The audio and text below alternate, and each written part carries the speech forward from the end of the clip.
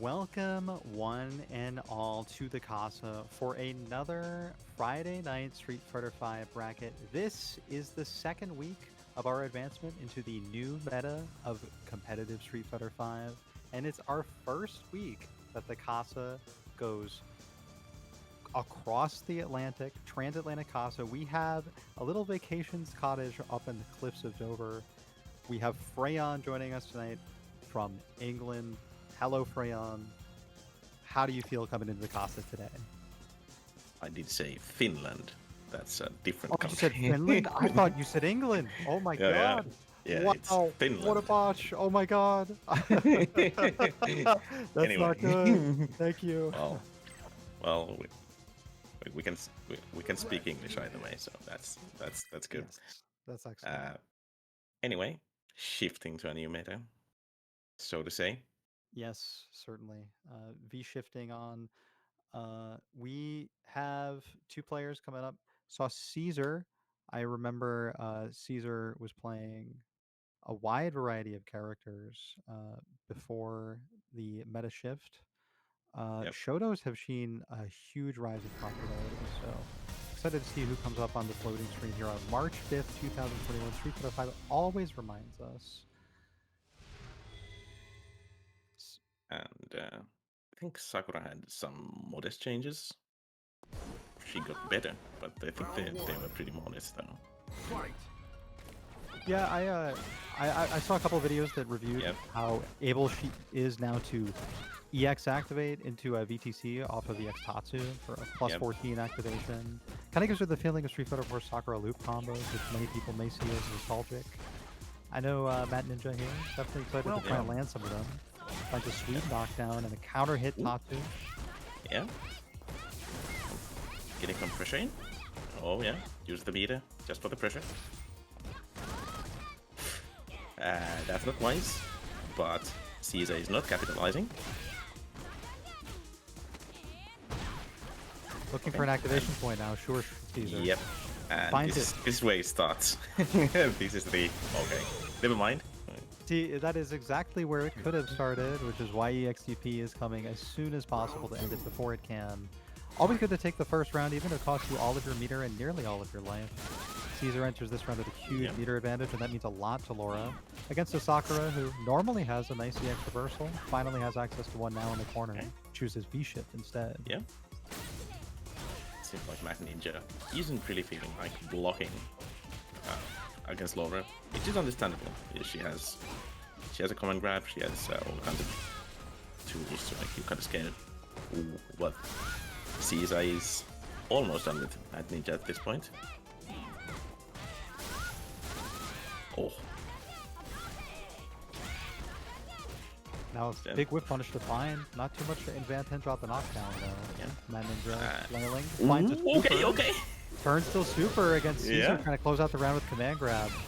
Not Laura idiot wakes up with all full resources. Ooh. No. Dashes in. Now, Oki's situation after super is one of the most valuable things you could possibly have in Street Fighter. I wasn't sure on Sakura's. And I don't think Caesar was sure either. Looking like probably walking back got caught by a dash up low.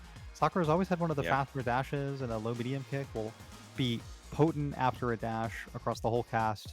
Even if it's Abigail, I mean, dash up low medium kick from him, that's huge range covered. Beating the safest option. Caesar is just going in the corner. Applies a lot of Grey Life with the block string. Doesn't score any cross-ups or cross-unders, though, so Caesar's going to take full advantage of that now, thinking long-term, securing the corner positioning and setting up off hard knockdown. Yeah. Still in the corner. And, ooh. Bit of an interesting activation there. Probably not what he wants, but... Yep. You don't want to dash into a jump in, but losing like that, you know you can go into the next round with a little bit of a meter lead. Already got the game lead too, so Matt Ninja's not too worried about much. Ooh, one hit confirmed from Caesar, huge damage. Not an actual advantageous dash there. Matt Ninja needs to be aware of that for next time, for sure. And Laura, in particular, has had has had a okay game. Kinda got it with the V shift. So she, well, not got it, but she needs to be way more careful about it. This. She certainly appreciates having the mechanic on her own side as well. A character that loves her V-trigger, sure, but is lacking in terms of the invincible defensive options. Usually just goes for armor. Some nice projectile immunity she can use in this matchup with the command grab. Haven't seen it. Big time frame trap conversion. Yeah. Here's another one. Stun is mounting here. Yeah. Last range. Stagger pressure. Stun is close. Oh. And gets clipped by the overhead. That's 1-1. Caesar definitely taking advantage of the fact that V-trigger activation was available. Most Lauras would be opting for anything into VTC. Going overhead, you aren't actually able to VTC cancel to make that safe or anything. So maybe a little bit more unexpected in those circumstances as you expect activation. Round 1. Fight. Okay. Just touches in. Matt is really brave in this option, but it's been working out so far. Oh no. But now in the corner. Showing the trained grappler instincts. A mix of regular throw and command grab, making for a terrifying looping mix-up situation. The only guaranteed answer, of course, EXDP. Forward throw. The surprising gameplay here from that ninja, squeezing in a lot of dashes, but doing so in an unpredictable manner. There's another one, counter hit right afterwards. And platform. That's gonna be it. Could be it either way now. Has the 1 bar available for DP, can certainly kill with any kind of confirmation. Spins the B trigger on pressure. I wonder if it might have been possible to steer the camera while that fireball traveled. Either way, steering the stick forward with the coverage of a slow traveling fireball is Met Ninja advancing to set point here. Caesar could score it up, tie it up just the same way though. Looking like some mounted momentum. Strong corner carry on the 1 bar conversion from Caesar. It's a kid. White. Oh no. And now in the corner with Laura. Gotta say, Caesar was probably expecting that EX Thunderclap to connect. A very unfortunate drop for them, and Matt Ninja making full advantage of it. Find a punish here. Then they have the punish. And Ninja on defense just has to survive an activation now. And pro DP. Still has a bit of weight room. No. Nothing. No health left this round.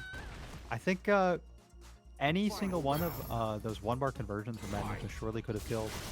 So Caesar on the verge of playing the set from behind, but still on set point themselves. Yeah. Dash it in. Okay. Ooh, okay. This is bad. This is bad. Looking for to set up a one-hit stun situation. Stun's close. And there we go. Confirm That's the stun. So low, such low health at the time the stun was secured. Yeah. You know the death is coming. And it was a stun from a jab, so that the situation is Laura gets you stunned. It's not. It gets like 60% or something. Yeah, you usually expect some kind of highlight reel combo or like viral tweet. A sequence you've seen from Javits, maybe Idom in actual matches. I mean, didn't even get to see the end of what that combo might have been there. Yeah, even so, I mean, even the basic combo from charged clap is pretty devastating damage. But yeah, next match gonna be Notorious 7. And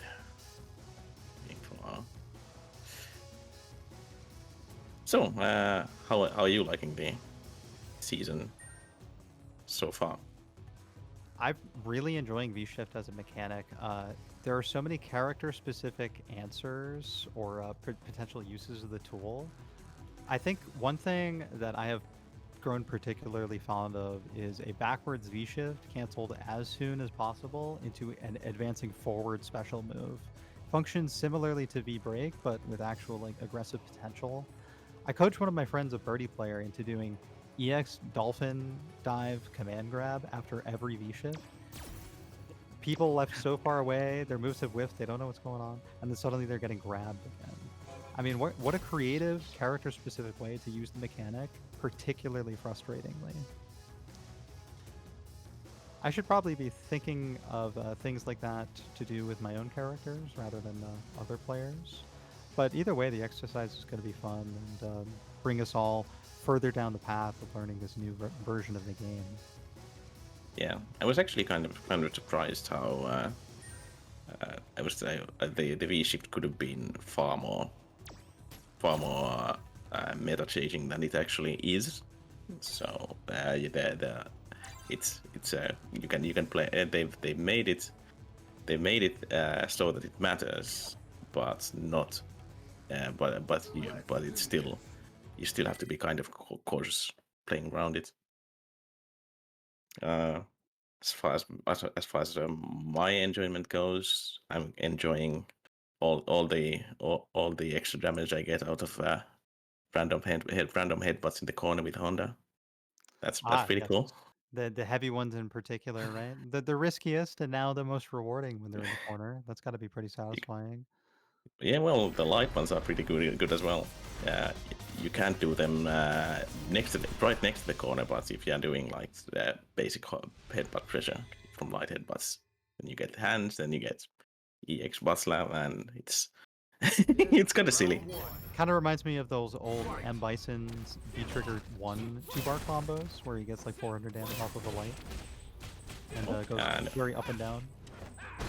Meanwhile, we got Notorious 7 with Falk and Zonk Muscle with Cody. Both characters got decent share of buffs. Yeah, Cody's particularly excited for all the new juggle point opportunities that he's gained off of a lot of different moves in his kit. I know Falk has a new V skill set up, a couple of other things you can use. That overhead's a lot faster. Yeah. Still more of a probate tool, but see, there it is, right in action, probating before our eyes. Just use over bar. That's actually my kill. I think it will. Yeah. Yep, it does. For sure. Like to see the graduates of Falk University showing us that they've done their math far in advance. I mean, it's 101 with your character, optimizing every pixel of damage out of combo, killing with all 3 bars. Always worth it for round 1.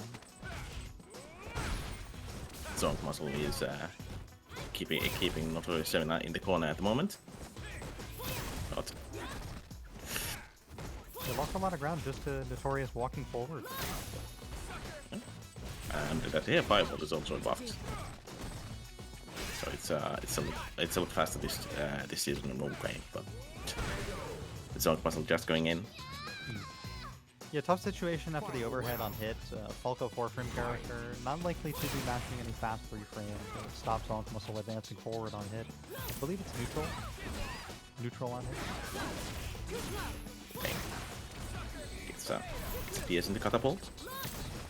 Yeah, you can see that Notorious is prioritizing with space after the combo, going for a E-skill setup rather than staying place. A couple of Falk's other endings can do that. We're not looking for that right now. Yeah. We're trying to maximize that corner carry, get us out of the corner. There's the activation, and we are jumping out of the corner. A full side switch.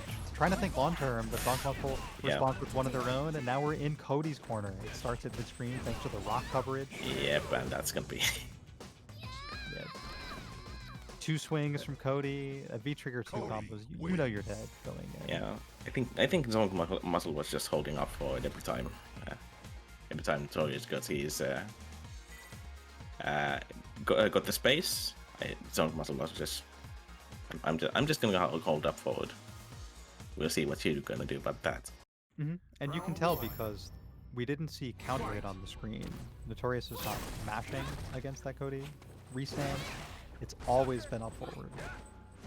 And command grab hasn't been landed once yet. The fear of the command grab is putting in all the work. Yep. Get some mining.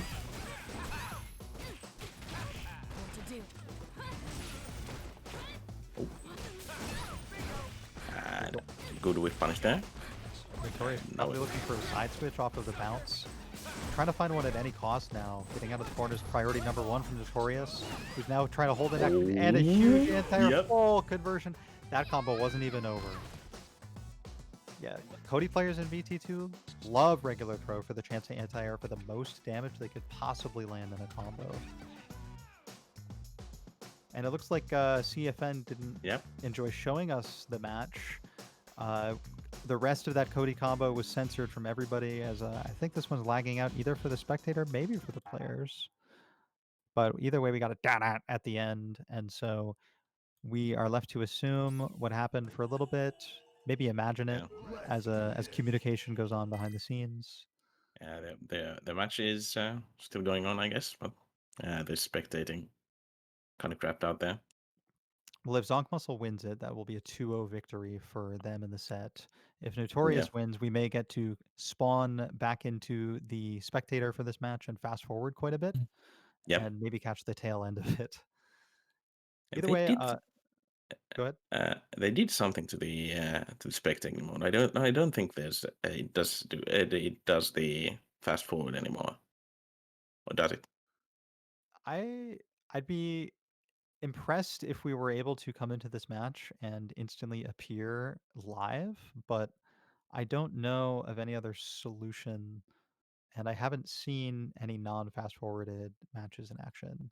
If we never finish this loading screen, I guess we assume that Zonk Yeah. Muscle won again, and we sat through the please wait just to build tension for a match that might not come. However, until then, let's assume the best. Assume they're playing full 99-second rounds, perhaps knowing that our spectator has died,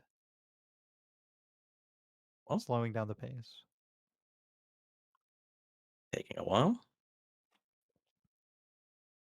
So I guess I guess we can assume. Streaming is a blow And, up. Turn well, online broadcasting, yep. spectator clients. Oh, and Okay, another data. spectating yeah, spectating has been halted. So one, It's go time. who knows? Zonk Muscle has one win, but So the one win is actually for sets throughout the entire lobby. yeah. So that's, Oh, okay. the So 2-0. Yeah. So Zonk Muscle able to show us probably in game one something similar to what went down in the rest of game two. I think Zonk Muscle had a round deficit at the time that we disconnected, but we're yeah, able to overcome that and firmly It's two. assert Cody into the seat of mayor for another 2 years in Metro City. So Zonk just knocked Falco out so bad that we couldn't even see the next match. Yeah. Well, that happens. So as long as Cody is mayor of Metro City, still, as Zonk Muscle has guaranteed us, Casa property taxes are nice and low.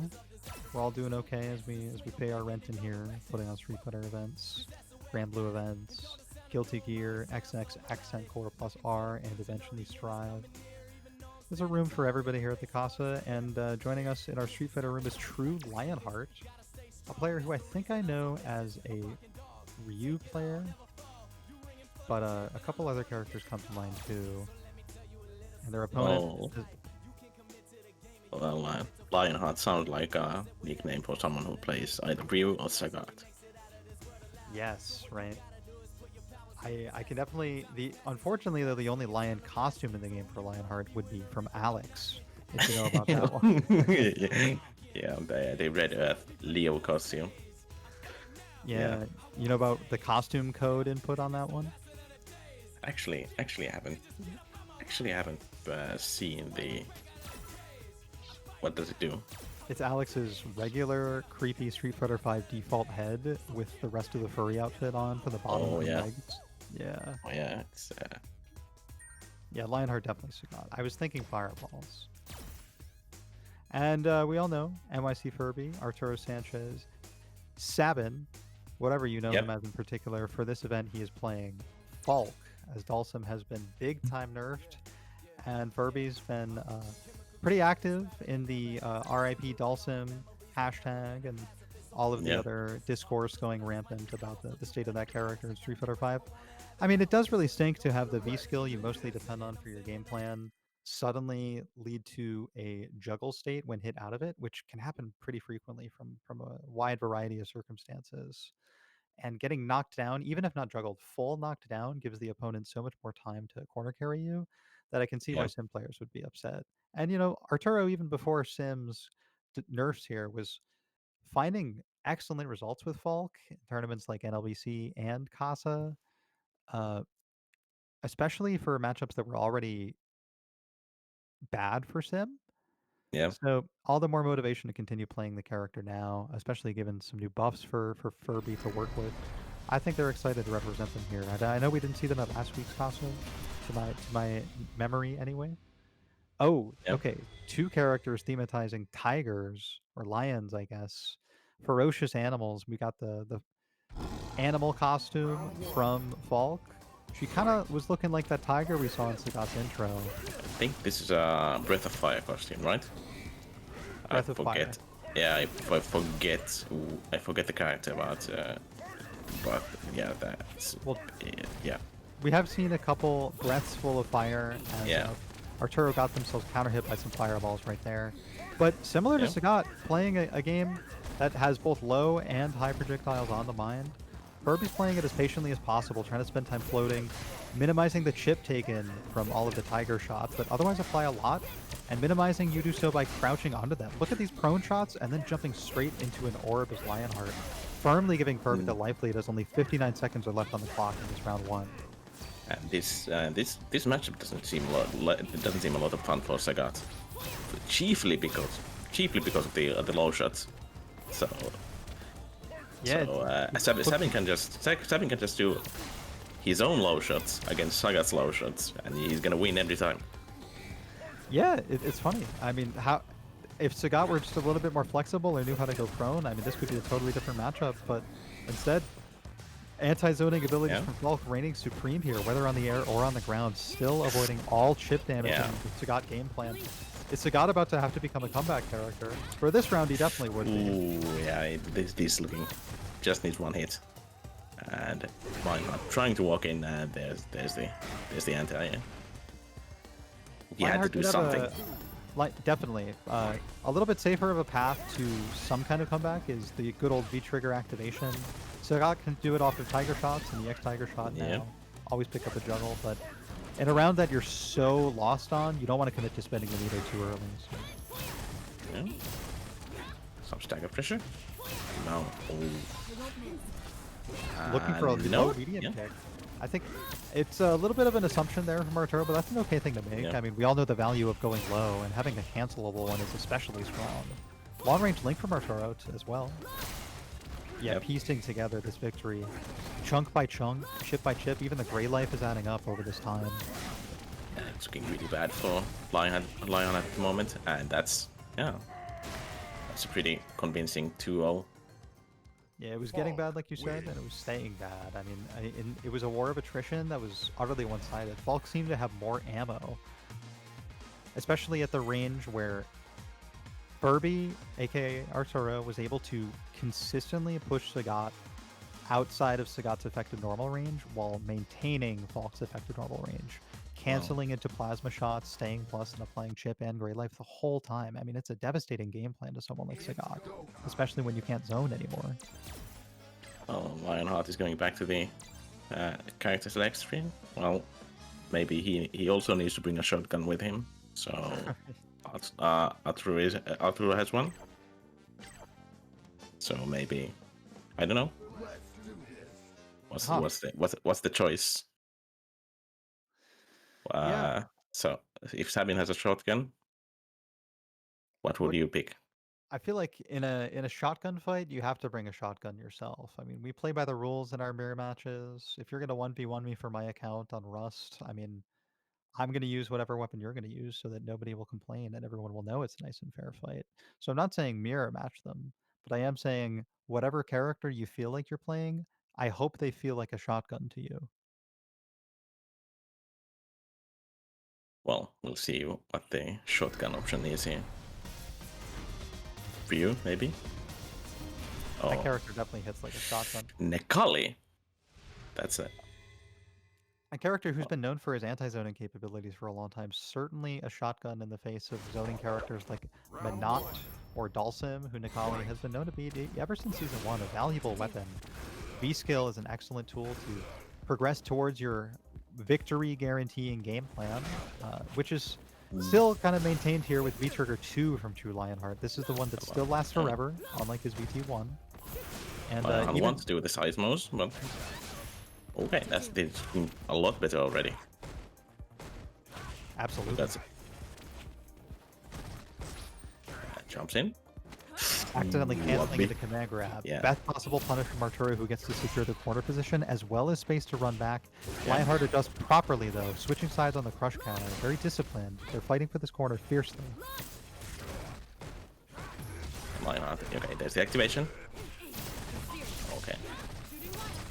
And this cool. That's gonna be death. Yeah, for sure.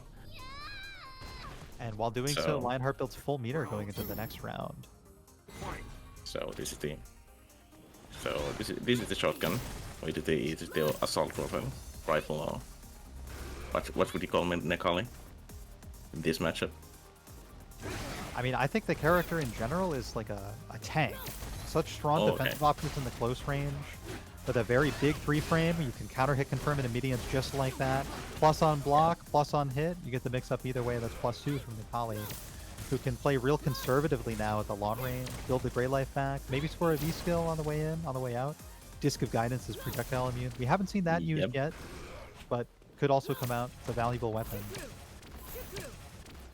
Yes, and Arthur is mostly being in the air. Plants the mine. Yeah, Lionheart playing super patiently around the mine, but the patience is to Arturo's credit now. With 46 seconds left on the clock, I think you got to start worrying about the time just a little bit. Yeah, he has to get in. But Arturo gets in, and now it's looking bad for Lionheart. Scramble activation. Combo drop though, and full Oki here off of every single command grab. Here's another one. In a range where a big hit could kill. It could be a fierce confirm. V-shift into the throw tech. Defensive throw tech works out well. And no cancel on the medium punch from Lionheart. That could have led to Oki for sure. Scrambling now. 8 seconds left on the clock. Chip is what a jump in. And instead, it was all but guaranteed for Arturo, who had the guaranteed chip kill access with any lunge kick or uppercut into super. The only way to win was a full jump-in combo, and that is exactly what was found. So it's Nikali, the shotgun, to Falk's shotgun, coming in for Lionheart, delivering them the tight set that we all wanted to see. I'm looking. And this Nikali pick has been working really well. And Arturo has been playing. He's playing the same game as he's been playing the last 2 matches. Not much of a change there. Gets in. Yeah, approaching Nikali is so dangerous because he gets such great Oki and decent damage off of all these combos. The corner carry's strong too. And I mean, once you have him cornered, or once he has you cornered, he's a true grappler. He has throw Oki like Mika. I mean, it's so strong. All the while you gotta worry about wake up command grabs, wake up DPs, wake up 3-frame jab. Character's a titan. Come on again.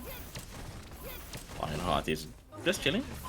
Doesn't feel like he needs to do much here. Oh, okay, it gets clipped. And now the balance FJ. Okay. And the Wheel of Fortune turns once more. Command grab gets thrown. Defensive throw tech gives Arturo a ton of space here to apply chip. Super's here for Arturo as a reversal wake-up option. Maybe eventually a chip guaranteer if he can whittle down the life of Lionheart, who has the life lead, but doesn't have many ways of keeping it over the next 23 seconds from this full screen anyway.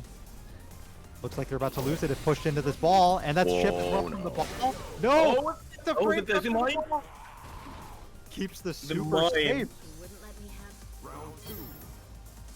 I think that was either like the most big brain play or the most fortunate sequence of events after a slight miscalculation. Either way, quite happy for Arturo spending super so creatively to take that round lead. Gives Lionheart some room to work with though, not having to worry about Falk's invincible reversal. Again? The same game, the mine's out. Lionheart is being super cautious here, just jumping over the shots here. But Definitely not going to be building any meter while playing this game this way, but finds a whip Yeah. counter hit. Buffering off medium punch has always been so effective for Nikali. That button is definitely a sword. So much Grey Life to survive here for Lionheart. Yep. Able to jump over the ball just in time.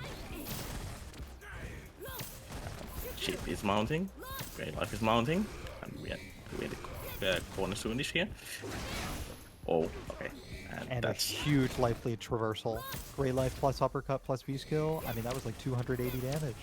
And now Lionheart has to build some BT or something, because with only 33 seconds left on the clock, playing lane will not be to their favor. yeah. 24 seconds. Yeah. Ooh, wait. It's Siphon. Raw activate, trying to get the thing started. Maybe trying to dissipate layers with that little V-skill breath, but they don't even collide. And a full screen pickup from Arturo, who has such a huge life lead now. I mean, Oh no. And this is it. We're done. We're done. let's see what Lionheart It's looks back it for. up. Back it up. And a We're done. command grab. He didn't even put the effort in. Win. Yeah, I think a DP could have been buffer. There might have been just enough time to combo off the command grab, but the combo wouldn't have made a difference in the match result, which was secured by Arturo and his Falk play about 50 seconds ago, to be honest, with such Yep. an insurmountable life lead gained over the course of 45 seconds of pure raw attrition. It's a Yep. huge risk you take trying to play patiently against a player who's also committed to the patient game plan with his owner designed for it. And I commend Yep. Lionheart for trying it and succeeding for so many rounds with the Nikali, jumping around over the prone shots, trying to contest with V-skill, but Falk being in the air makes the Nikali V-skill a little bit too hard to use properly at full screen. Yep. Yep. So it's the Nikali pick was a lot better than the Sagat pick for sure. But I don't know. Maybe spending a bit too much, be a bit too long playing Super Mario Bros. Maybe that was the downfall of the downfall there. Yeah, platformers are very fun video games. They do emphasize timing in the same way that fighting games do, so you may find them particularly helpful as you're starting out. Jumping over obstacles is a very important, specific thing that you'll also find a lot of joy in fighting games, but sometimes you realize that the act of needing to jump is the obstacle to overcome in itself. It's a lesson we mostly learned the hard way playing against a good player for the first time in fighting games. And two players who have taught many players this lesson over the course of their years, I'm sure, are Carlton Banks and DB Jen. Carlton Banks has a supreme anti-air on his side going into this match as they're a birdie player. Crouch Yep. medium punch comes to mind. A nerfed anti-air that no longer touches cross-ups, but is still pretty strong nonetheless. Big, tall, wide. Also in his arsenal is Crouch Fierce, a combo starting anti-air from Birdie. Kind of might remind you of Abigail with all the damage that comes off of it. And they kind of changed it, didn't they? This season in particular, you can charge it. Crouch Fierce. So it's on Crush Counter in particular, he Yeah. gains a target combo that secures a hard knockdown off of Crouch Heavy Punch. However, a lot of Birdie players actually hate this Crush Counter because when they go to anti-air with Crouch Fierce, they press Crouch Fierce, Heavy Bullhead, trying to get super or better damage and Oki. The Crush Counter comes out instead and launches them too high for the Bullhead to connect. They get a side switch, but nothing else. They don't like that. They hate it. It kind of reminds me of was it season 2 or season 3 when Karin's standing fierce got it was turned into a crush counter, and all the Karins were like people were like, this is a buff, but all the Karins were they said hell no. Hell no. Hell no, this is a nerf. And they nerf. kind of reverted it. They reverted it back. Yeah, I mean, Crush Counter sounds nice, especially before it added so much more scaling to combos. Yeah. But because the V-meter build is a cool thing for Crush Counters to gain in particular, you still often choose them for your punish in order to gain all that V-meter that you're otherwise V-skilling for or taking damage for. But sometimes they also create the wackiest, most inconvertible situations. Like, you remember old Crush Counter Coral Kick from Urian? That useless move? That move had You got know, especially buffed by not being a Crush Counter. Now he just links Crouch Medium Punch after. Round one. Fight. what's I got? And Yes. we got the birdie. And Birdie, you might be able to notice on his character model is the word lifelike dice. A character who is all about the gambling and has plenty of ways to gamble in neutral against a fireball character like Sagat. Forward heavy punch, his armored attack is one of them. Bullhorn we saw right there, it almost worked. You can go through fireballs pretty well and punish them with projectile invincibility. You got He a also slide in your slide, arsenal. yeah. That's right, yes. We love Birdie's anti-projectile options. He has so many to compensate for his otherwise slow movement. But that movement gets fast Yep. with V-Trigger as well, and his V-Trigger 1 from Carlton Banks. He can activate it now off this Gray Life from the V-Break we just saw. And that's an unfortunate bullhog. Yeah, Tiger Shot has never Yeah. had the biggest hurt box as a projectile, so it's a little bit harder to Bullhorn than anything else. Well, Raw it's the Bullhorn, activation. though, into activation is a strong thing to do regardless. Just a normal throw. And crouching medium kick to take it. Even when the opponent's cornered, they still might be holding back just out of fear of Birdie and his amazing V-Trigger command grab range. Everything does so much damage when it's in V-Trigger as well from that base buff, so Speaking fear of is fight, amplified. speaking of I've been seeing a lot of V shifting in the corner. Don't think that's one of the places where V shifting isn't that wise. Yeah, it kind yeah. of reminds me of Vega players with his V reversals, choosing to corner themselves and be left punishable or negative, depending upon when all the moves recover, and the scramble. Oh no. V-Break is also a pretty common choice in this corner. Yep. too. And again, trying to escape from the corner. Pretty close sweep from Carlton Banks. Almost loses the Yeah. corner pressure. Okay. Missed punish. And the sweep punish as well. Only way to punish that is going to be Yeah. a heavy Tiger uppercut. It's got to come out instantly. Knee provides no such punish for this one. I do hope that Jen continues experimenting with the punish, though. It's super important to secure. A stand light kick might do it as well, Yep. depending upon the range. Tournaments give you a lot of different exposure to tons of different characters. Every little piece of information is super valuable. The first to two set especially, and you don't have much time to change your responses. But in Europe at least, I don't think there's a lot of birdies these days. I think he's kind of underrepresented. Yeah, the character's that's, gotten a lot less popular as yeah. more and more grapplers and strong characters have come out. The character has been mostly nerfed since Season 2, but has always Yeah. maintained the same strong identity. Strong whiff punish, a sniper with his stand medium punch into Bullhorn, always securing amazing OP, whether it's a meterless ender or super, and the character is on you like glue. And this is Oh, week no. one, so And there's frame activation. 1 armor into a nearly full corner carry activation. A can for backup, Ooh, try to be a bit sneaky with the dolphin dive. and DB again able to secure a lot of damage around the can while keeping themselves safe. Just looking for an activation maybe now to secure some kind of mix-up situation to secure the win. A bit of a shuffle here. Oh, gets clipped by Counter the hit overhead. combo off overhead. I mean, crouch light punch after is a great instinct because it's a great poke anyway, but the fact that it also happens to be a counter hit combo off overhead is super convenient, don't you think? What was that jumping pierce on? And I don't know, Oh, but no. that dolphin grab when you land it does get great OP Yep. after the dash, so be careful. Excellent knee spacing. I'm not sure if he began maybe wanted to continue pressing afterwards though, checking the responses, find the counter Combo. hit link. looking good for DB at the moment. Oh, gets count hit swept. And But DB with so Carlton. many reversals stocked up, it's definitely in Yeah. a pretty decent defensive situation. I mean, Carlton Banks does have full resources, so a full super combo Yeah. could probably kill. Just has to find a jump in or maybe a crush counter. Ooh, okay. And Unable to find a the- kill.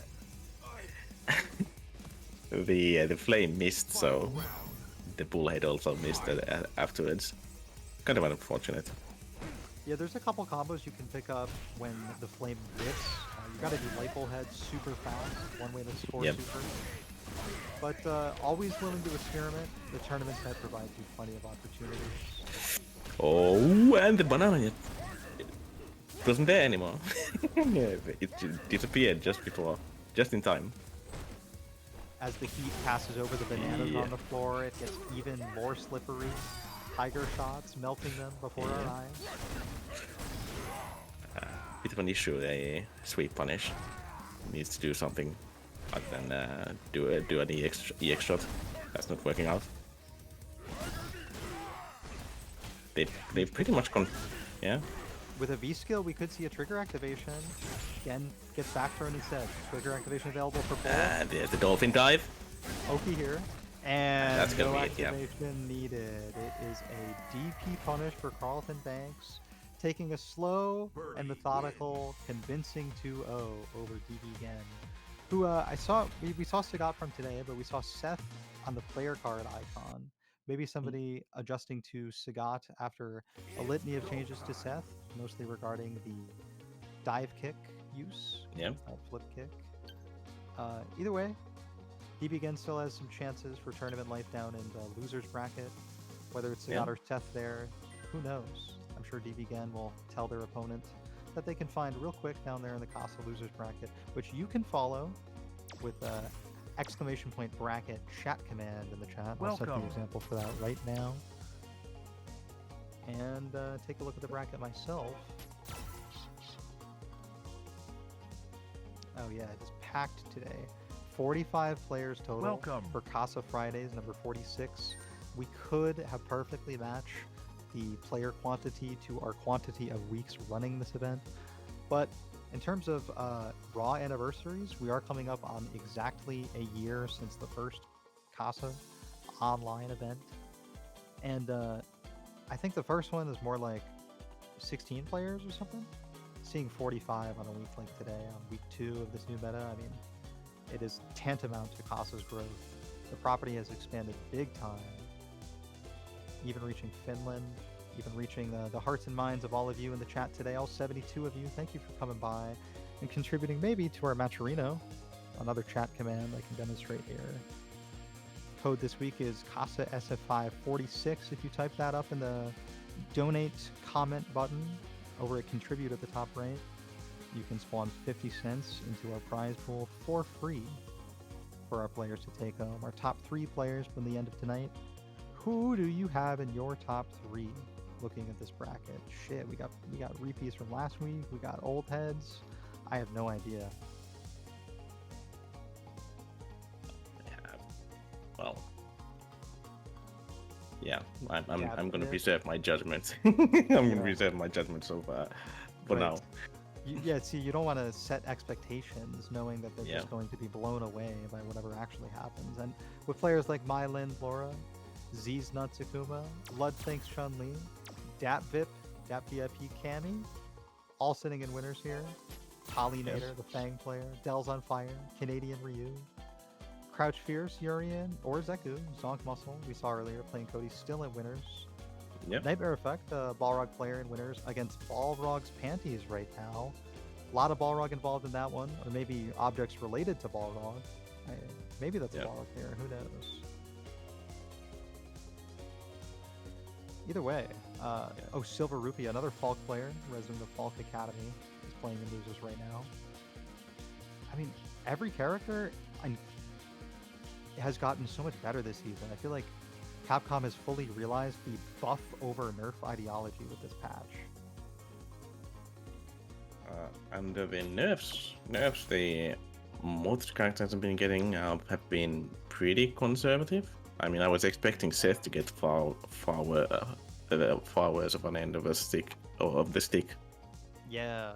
than he actually got. I think they mostly just nerfed his axe kick, and then his throw range was nerfed a bit, and that's pretty much all there is to his nerfs.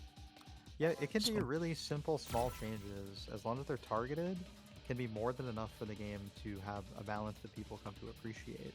Especially Yeah. something like a throw range nerf on a Yeah. character with such good walk speed. just kind of makes sense, right? Hmm? Big throw range buff for Alex this season, who used to have smaller throw range than Cammy. He now officially has the biggest throw range in the game, bigger than Bison and Dawson, which is so strange. Whoever could have expected this turn of events? In one patch, that character can now regular throw you off ticks and command grab you off of 2 lights. Wild. Times are a-changing. I don't know if we have a Jip at a boss in the bracket tonight, but I know they're Alex player and Falk player out of New England. It's been an amazing season for his 2 characters. 2 more characters have stepped up into our lobby right now. Got a loading screen coming in for you, but I will tell you who's coming in on it regardless, because we got a nice little stream queue up here. Yeah. Pollinator and Delzon, or excuse me, um, did we? You know what? Given the confusion I'm experiencing, I will let the loading screen come in and tell me anyway. It's Devils on Fire and Pollinator. So Devils on Fire is, he's been on the real train. Yeah, for a long And time. Yeah. And Looking at has the always been playing that same black samurai Ryu costume, trying to blend in with whatever dark stage may or may not exist. Training Room Dark theme would be pretty good for Delta Fire, but Pollinator's so focused on just playing the game that Yeah. we're still on the old training stage for his I stage. have no okay. Pollinator is having some issues. I think Pollinator didn't Yeah. want to be playing Zeku, Yeah. because that character was level 0. Maybe they were practicing the character with someone else and didn't know that character select was off for this tournament. That might be it. Yeah. So we're gonna see how Dust on Fire runs a Ryu speedrun. I would assume it's just a lot of pierces. Oh, target combos to keep him standing. Yeah. Unfortunately, a Yeah. pretty high scaling stun on the 3rd hit. And a super. Okay. And The only way it could have been faster was with EXTP there. Or maybe Exhasu EXTP.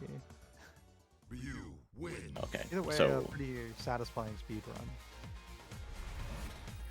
so we're gonna see what Pollinator is gonna pick if it's not Zeku. I assume Fang. I think I Fang. know Fang. Pollinator as a Fang player, and that makes sense Okay. as the act of pollination performed by pollinators is one of like throwing various liquids and spores into the air, and that's exactly what Fang does with his Sotojas and Ryobendas. Excuse me, Nishikyus as well. Yeah. Although, oh wait, no, Zeku's still on there. Niche. Yeah. They were not the launch settings were changed, so the character select is now on. Oh, okay, I think cool. so. That'll do it. That's good. We don't mind character select. Yeah. Huh. So I Yeah. wonder how this Okay. happened then. Okay. Are we gonna see So we'll see. Okay. Fang. There we go. Not a lot of, most Fangs didn't like using the default costume. I think it doesn't have that many good ones. I think the mecha one's cool, but the mecha one is cool. Oh, when you run into a player that only plays default, you know Yeah. they are serious about their character. Have not spent 1 second considering the aesthetics, only focused on optimizing the character to their hearts and minds' content. That's what Pollinator wants to show us the benefits of today. And so far, it's mostly been Dells on Fire showing off the strength of Ryu Fireball game. And the Exotoja. Okay. Dells on Fire's out. Honor escape. And no. Historically, one of the strongest activations from Fang is his sweep. Huge range low that Yep. standing on the V-trigger cancel hit has always led to better combos than most V-trigger sweep activations. I think Fang who else has a 2-hit. Two hit. Oh, Abigail has one of those as well. Yes. 2-hit sweep where the second hit is very low.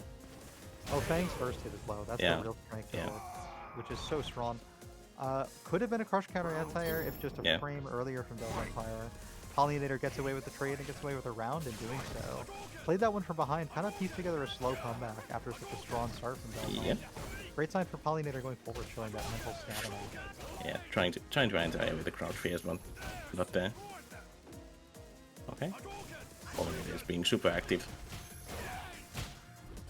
Constantly Okay, pollinating. Delson is also kind of challenging me. Yeah, that's done. You can always count on the Not Ryu fun. players to be active. 3-hit light conversion, Okay. super afterwards. And what's the combo And- picked up after? How Yeah. how often do you see Fang doing super? That's not often. Fawn You don't get to see it often, but that is unfortunate because his super is one of the most difficult to punish in the whole game and can be the most uniquely applied in juggles. There was still a coward crouch kick combo available there, Yeah. or a crouch heavy punch. I mean, I know the Fawn players like to show it. Round one. Maybe Pollinator will get a chance to learn it again, as it's also one of the best wake-up supers for its Yeah. attack before the flash. It hits like a fatal blow from MK11 or something. There's no freeze to react to. The fun thing is about what Fang is, you usually don't get to see the super because Fangs usually spend the meter on EX or Toja. Yeah, it's Sure. it's a special that becomes cancelable into other specials only on EX. So we love tossing out that EX with Tojo. Yeah. So either that or EX Lite. Those are the options. Plus The frames. missile options are excellent, and re-cornering the opponent just by passing through them is one of Fawn's strongest. Okay, traits. EXDP. Now that was the fastest possible normal that Fawn could choose, his 4-frame. Only creating a trade with Fireball, not going to help him. Yep. Just imagine the life of a 3-framer. Could have countered Yes. it. The Fang matchup is of the kind where it's Oh, having a 3-framer, whether you have one or not, is a huge deal. and Ryu's definitely got his on Yeah. his little stand light punch. And EX He's slides more out. than- Okay. Both of them working so hard to avoid the corner in this one. Yep. And that V-trigger's over. I think Delzon expected to build super meter for a kill off super there.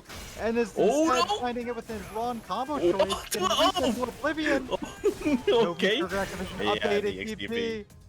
Pollinator. Oh no. That was. It's a wise time to bait because you know Delzon's so mad about the improper combo choice, leading to Yeah. the loss of that round. The DP comes out as well, giving Delzon a little bit more of a meter deficit to work against going into this round. The Pollinator does not mind spending the bar because they're building so much just with Rio Bendas and Satojas. Look at the V bar though. He's full. He has full V bar, and maybe 25% gone. Yeah, V. by comparison, Delzon spending Yeah. the reversal to avoid the corner situation. Picks up a max range conversion. A Pollinator has had full V-trigger this whole time and has not found one activation Yeah. point. Probably used that EX move to Yeah. guarantee it. Satoja. And there's the activation.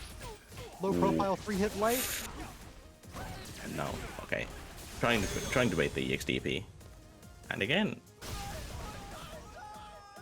EX meaty Yeah. Fireball has been a great tool throughout this entire matchup because if you get to meaty things with it, as we just saw from Yep. Delzon, and you get to recover in time to throw an EX dash if it comes out. I mean, it's just one of the best tools Yep. Ryu has ever had or always will have. And because of it, we can see another match between these two Season 1 classics. Fawn versus Ryu continues. It's V-Trigger 1 from Pollinator. That actually gives his Fawn's V-skill the ability to clash with projectiles. yeah, It'll be incredibly useful against Ryu if it ever comes out, but we don't really see it because Wow. Pollinator holds the meter for the activation. okay, now it's looking. Delson is like, okay, gets hit finally, but doesn't matter too much there. Round two. It was an aggressive, probably the fastest round yet from Delz on Fire over Pollinator. Faster than the one where Pollinator accidentally picked Zeku. Yes, somehow. Okay, EX slide out, and now in the corner. Pollinator probably assuming that the cross-up was coming, but crossed themselves up by doing back roll and keeping Ryu in the front. And stun is close. Pollinator doing it challenging. Stun was close, but Ryu's back throw is -2. Ooh, okay. Yeah, EX Tatsu. Yeah, You know, it's- that move has some trouble hitting on all of its hits most of the time. It's always been a little consistent. That one was pretty good though. Pollinator. Oh, it was a crush counter, so a first hit knockdown instead. Well, You can count on a Fawn player to want to frame trap you after +2. It's Fawn's favorite number. He thinks it means so much, but it means nothing against the 2-frame V-trigger parry on deck with V-trigger 2. And we've seen a couple of those land. It's nice to see them kill or lead to big death combos, but I also like the charm of seeing just the parry itself land a kill right there, like we saw. So yeah, Delson takes it 2-1. It's a bit difficult for a Fawn player to want to know when exactly to bait, because you have to take so many chances on offense producing sequences over and over and over again because you do such low damage that the amount of damage you take getting parried is double or triple what you would land if you're successful in your offensive sequence. So then you have to make sure that if you ever do happen to bait a parry or a DP, that it hurts as much as possible while leading to as much continued offense too. All big challenges for Pollinator and against Welcome. Similar tale might be told between Mylin and Z's Nuts. Going to be a slugfest between these two bruisers in close range. Have you heard of stand medium kick? Both of these characters have had pretty infamous stand medium kicks over the game's life. Well, Flores has really nerfed a bit. And Akuma is -4, so it's completely fine. -4, cancelable into everything else, so you can always interrupt people who think they're going to be punishing it on block. Got a variety of different fireball cancel options available to you. If they happen to just continue blocking, EX Red Fireball will put them in a world of hurt on block or on hit. That thing's still +8. You can basically jail into whatever you want to. And we're not going to be seeing any of that because character select is on, and it's actually Poison versus Ryu. This is a Casa classic, and it's being piloted by two very different players than we usually see from. So it's interesting. The amount of players that play Laura and then sub Poison. That's also a consistent thing in Europe as well. Well, it's the same flavor of character, right? You get to play an utterly beautiful 3-frame jab character who can create offensive opportunities at will with a cancel into 1 special. And you get the zoning style with those luxuries at the same time as a grappler option too. Mylin and Item both know this well, and they take full advantage, demonstrating mostly the zoning style in that round with Mylin. This time though, these nuts get started with a great secure of OP using the new Tatsu. It's confirmed though.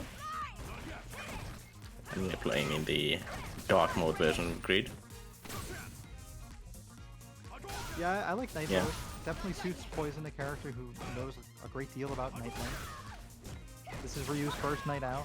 He has no idea what he's doing in here. Okay. Finally, he's in the corner.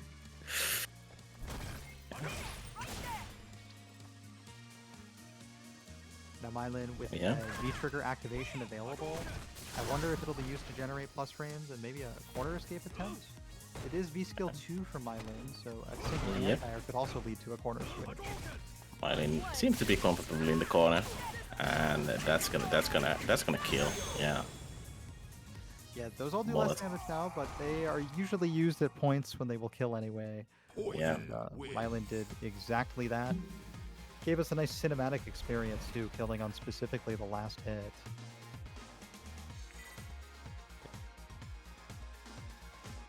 They nerfed a bunch of moves, but they mostly nerfed like 10 damage on like a bunch of a whole list of moves were nerfed. Not badly, but like 10 damage. Yeah, so with that Yeah, medium heart rate getting nerfed, yeah. it does only like 80 damage now, but that was Yeah, 160 damage hitting twice in a row. yeah. Znuts has recovered though. It's bouncing stun. V reversal comes out from Mylin. Aggressive V reversal from Znuts Ooh, though, re-securing the space until a simple forward jump solves the problem. Next problem is Mylin's Gray Life. It's all gone now. Problem and solved by Z's Nuts. just need one on fireball, and there we got it. Precisely the one fireball. Yeah, Round two. Fight. and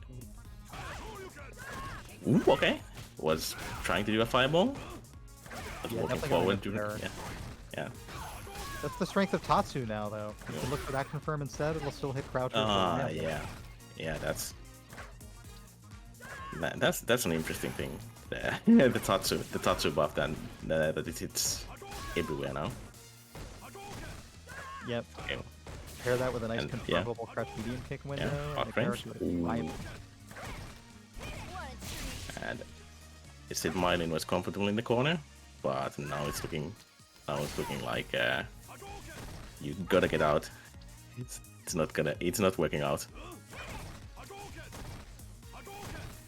And as this trigger time Yeah. depletes, we're maybe coming to realize that only one Yeah. Molotov will be seen here. Mylin needs to find a way to throw one out. Yeah, there's one Molotov, and it's okay. We got two. Some Gray Life from the burning, but otherwise Nuts is Yeah. unscathed, unburned, no branding on him. It basically just gave him a V-trigger that he can activate at any time. Was looking for a sweep. Oh! It's confirmed into super. Mylin really playing the long game. As we speak of our doubts as to the fate of this round, Mylin just continues building that super. Did so the whole time, one heart rate at a time. Found the confirm off Fierce. Blew all of our minds and blew Z's Nuts in the next round. Okay. Okay, they're trying to parry the whip, but I'm too far to get anything out. Yeah, that hurt box retracts much too fast for a Tatsu to reach off of parry, but parry is cancelable into specials now, so late TP might have a chance there, to be honest. Okay, so trade. A couple normals mixed in with fireballs just to make sure that Mylin has no read on the timing. I mean, most of the stun was mounted from very far away, but a reactable V reversal during the stream creep gives Mylin a huge chance to mount an offensive Ooh, comeback. and there's a Shime. Yes, Okay. fire damage on top of the super. That's a double Yep. CA victory for Mylin for these nuts. Stolen again. Perfectly paced meter building. I mean, reaping the benefits of a character who can build meter passively in neutral, canceling long range normals into long range specials, staying safe using medium heart raid, light heart raid. I mean, this is the reward for a character who actually like spends their supers. You get to spend more supers and get the confirm to kill right when you need it to, pacing out the health. It's the philosophy of, well, I mean, yeah, building super worked out there. But usually Poison players really like the EX heart rate as well. Now it's not. They also nerfed that as well, right? It's +1 now. Used to be +2. So Yeah, Poison being a 3-frame character on her Stanlight Punch can still find nice Yeah. counter hit combos to mediums, but otherwise it's going to be light confirms more reliably for her. yeah, Situationally, that can be a bit of a damage nerf, but you're still very happy to create an offensive situation regardless. I have no problem picking my 3-frame instead of going to my mediums like I used to be able to when I played Poison, specifically just to see what messed up offensive sequences I could make using that move. so it's a lot versus Dap Vip. And is there anyone who's as faithful to Chun as Lada is? I would say, knowing that Lud had a stint with Banat back in her reported top tier days of Okay, season okay. 3, maybe a couple of players in the Asia region, players who maybe played her in Third Strike. I don't know if Lud ever played Third Strike, but in 4 and 5 in Street Fighter, I have seen Lud stay playing Chun for most of the seasons, most of the time. And the set of skills across the 5 years of Street Fighter 5 on Chun has certainly transferred over.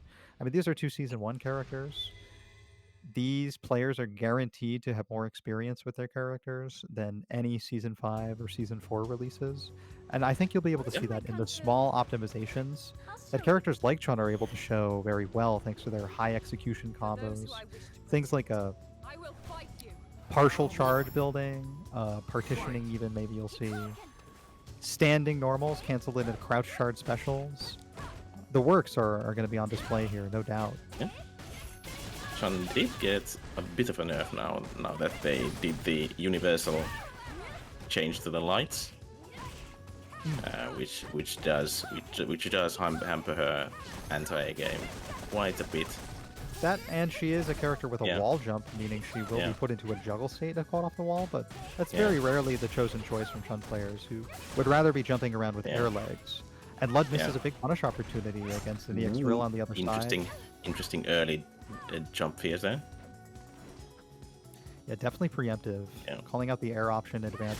I mean, there's a certain range where you know a Kami player is like liable to dive kick, and it will be difficult to stop her regardless. Air to air is the aggressive choice to be proactive. This is B-Trigger 2, by the way, from WIP. That's what I was wondering already as well. B-Trigger 2, but if you want to try new things, I think these kinds of tournaments are definitely the way to go. It'll be new for your opponent too. Not many Chun B-Trigger 2 reps. I do know that Zhao Hai had a stint with the trigger as well. Yeah. Likes using it against Guile. It's a pretty aggressive way to get in, but you don't get as many chances. And nobody's really as experienced with it. Well, just styling as much. Yeah. I mean, don't forget that this super leads to an excellent ambiguous jump in with V-skill jump. Oh, and Daph is having none of it. Yeah, not too ambiguous for a 3-frame EXDP. Yeah. But Lud still has a good lead and an almost full V-bar, and there we go. That's the light. Still her 3-frame light. It's a huge crouch light kick. I mean, her toes and toenails extend deep. You saw how far it was from right there. The other thing that kind of hurt Chun is the V shift, because you can't do her. Well, it does hamper her V-Trigger 2 okay setups that you can do. So kind of. Oh yeah, the unblockables, right? Yeah, the unblockables. Yeah. Yeah, typically you see Chun's using Kikosho just for the quick combos off of normals that normally don't cancel into anything, like your stand pierce. Although unblockables are cool, and I did like to see them. They were pretty saucy from those players who would find crush counter sweep setups where they're actually guaranteed. Yeah, you could also usually they would also cancel the Kikosho things into Kikosho, and now that V shift exists, you can't just dial it in. So that's one thing. That's one problem. Cabbage Chun, Lud is using V-Trigger 1 though. Yeah, it adds a lot of hit stun on hit for punches. It functions like Ryu's new V-Trigger 1 does. I think they were definitely modeled after each other.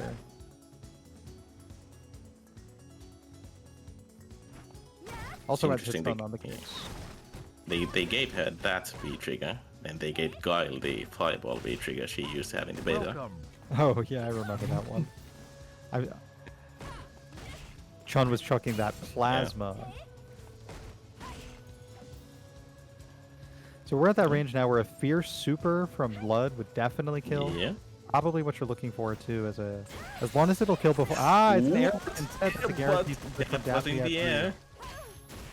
Yeah, that's gonna be dead. Yeah. Even spending the meter to make sure. I love DapVip's confidence in their own meter building ability and ability to outplay Lud going into round 2. Even spending the bar with a 1.5 meter lead is DapVip. Trying to tie this thing up. Not too bad. Hey, you wanna kill? And you are at all not confident in whether you need bar or not, you use the bar. You can tell these are confirmed crouch medium kicks from the delayed cancels coming out of DapVip. And you can tell that they're trying to confirm because occasionally they're dropped, like we saw right there, even with the counter hit. Oh, Lud looking for a reset, trying to accelerate the stun sequence instead of launching. Oh, gets clipped. Delayed throw tech gets beaten by Wake Up button from Lud. They all lead to so much damage as long as one has BT1. Stun is close though. One hit away. Okay, there's the Crouch Fierce. And that's gonna be death. No doubt. That is. And it's 1-1. I've been pretty impressed with DapVip's moments of challenging Chun's offense. It's difficult to know when you're actually have a chance of succeeding swinging after Kikoken is blocked from a little bit of a range. But Cammy being a 3-frame character and DapVip being a player who is familiar with their own means of challenging the opponent's offense has paid themselves dividends looking for the moments to interrupt, and was very prepared to put themselves into the air. The best weapon against a Chun player trekking from Fierce into Super is just put yourself airborne. Make them accidentally buffer it.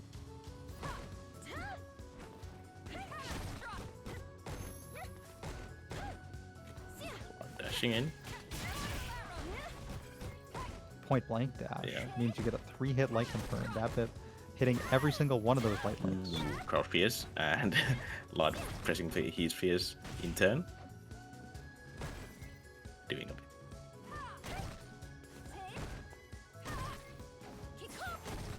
We're a bit doing a bit of a mid-screen shuffle here.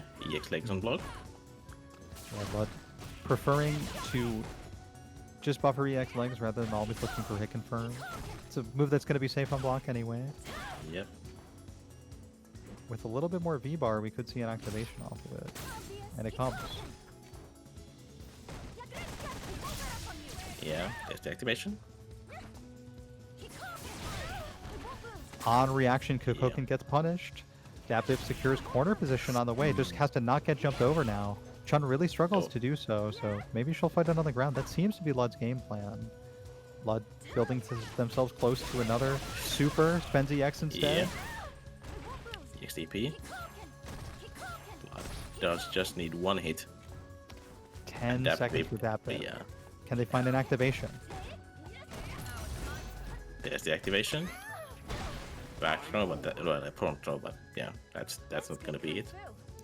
You kind of knew you kind of knew the round was over when the throw animation started, and nothing could be done afterwards. Yeah, even afterwards, delayed wake up would have absolutely run out the clock, guaranteed. So Lud, someone who's always been able to take rounds by timeout, but it's rare that you see them able to do so against a character like Cammy. Everybody knows that Cammy gets in pretty quick, often at her own will with dive kick, but Lud has commanded respect in neutral so strongly, and DapVip has been so willing to engage on the ground that the rounds have been pretty slow when Lud wins them. That's a punish.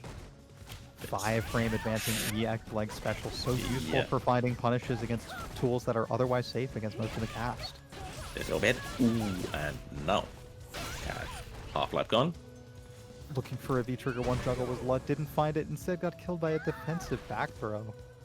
I feel like everything was going so well for Lud mounting some corner offense until defensive back throw just killed Lud. Maybe a delayed throw tech could have saved them. Yeah, and we are back to the mid-screen shuffle. Contesting the space, sticking out lights, just at that perfect range where Lud knows a dive kick could potentially whiff.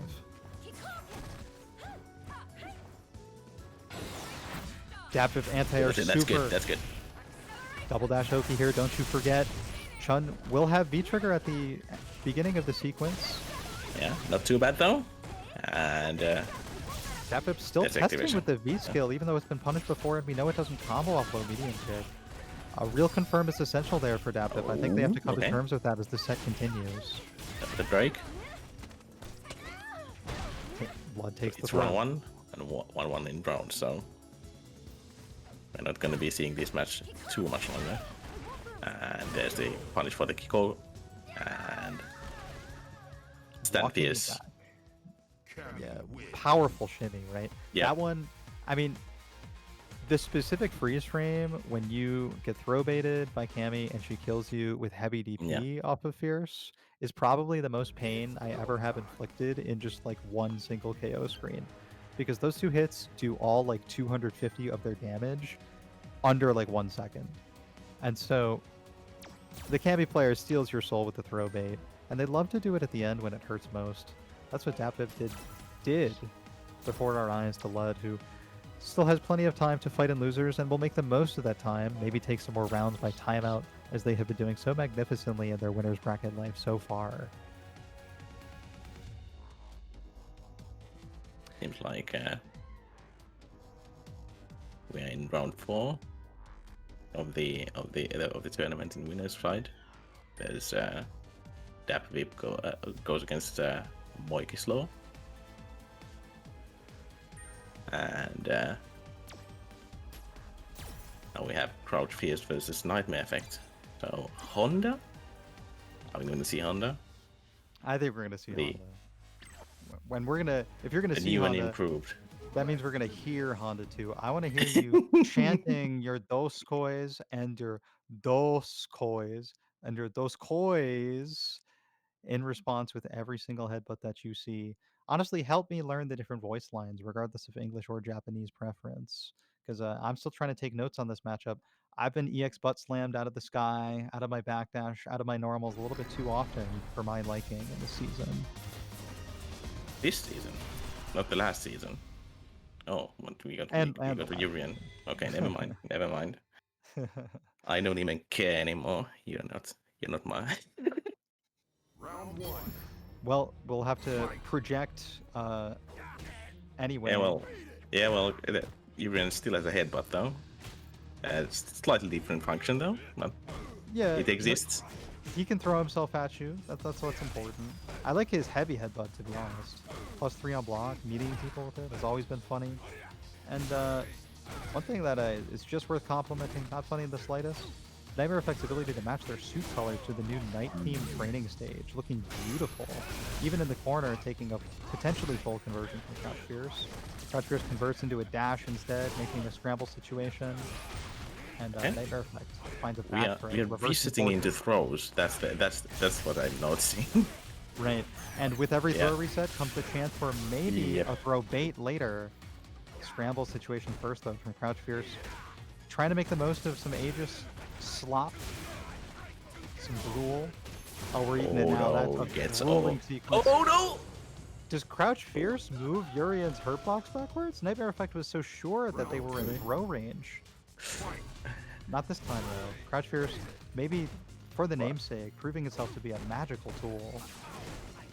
Interesting choice though. That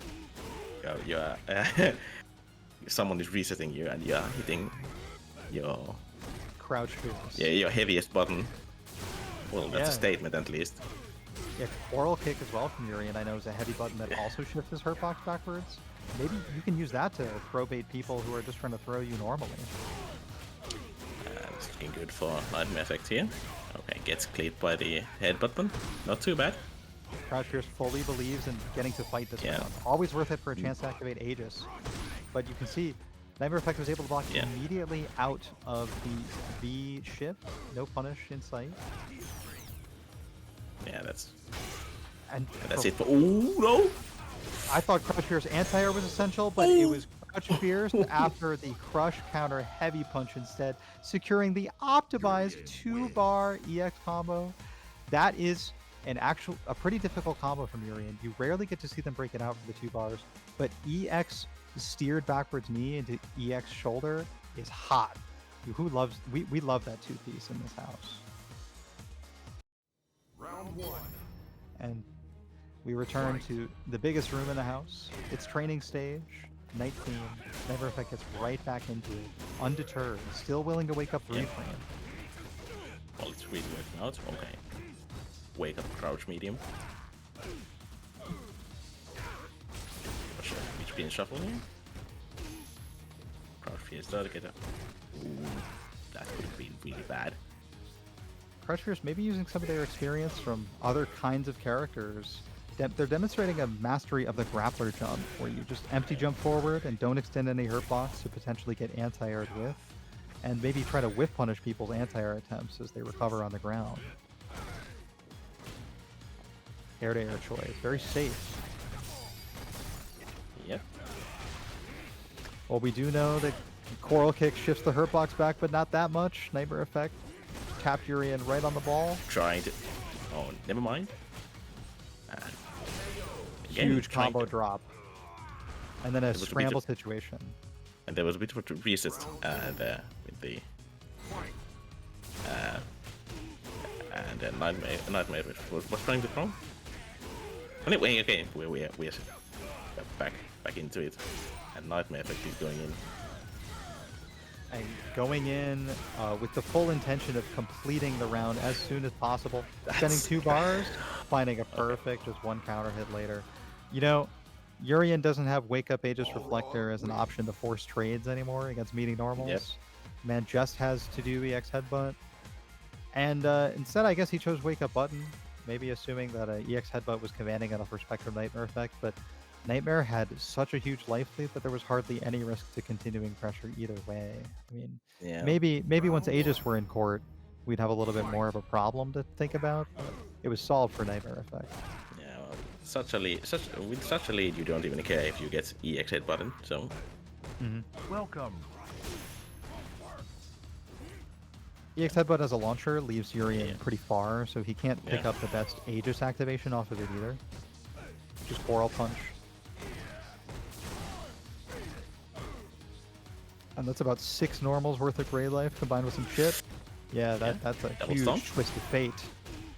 Shimmy attack? Nope. Finished the target combo this time, but be on the lookout for throw bait either way. Yep. Stun and Did I say look out for throw bait? I meant also look out for throw and stun.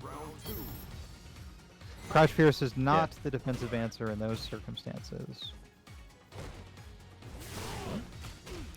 good Fierce with gets punish on the whip clap. punished.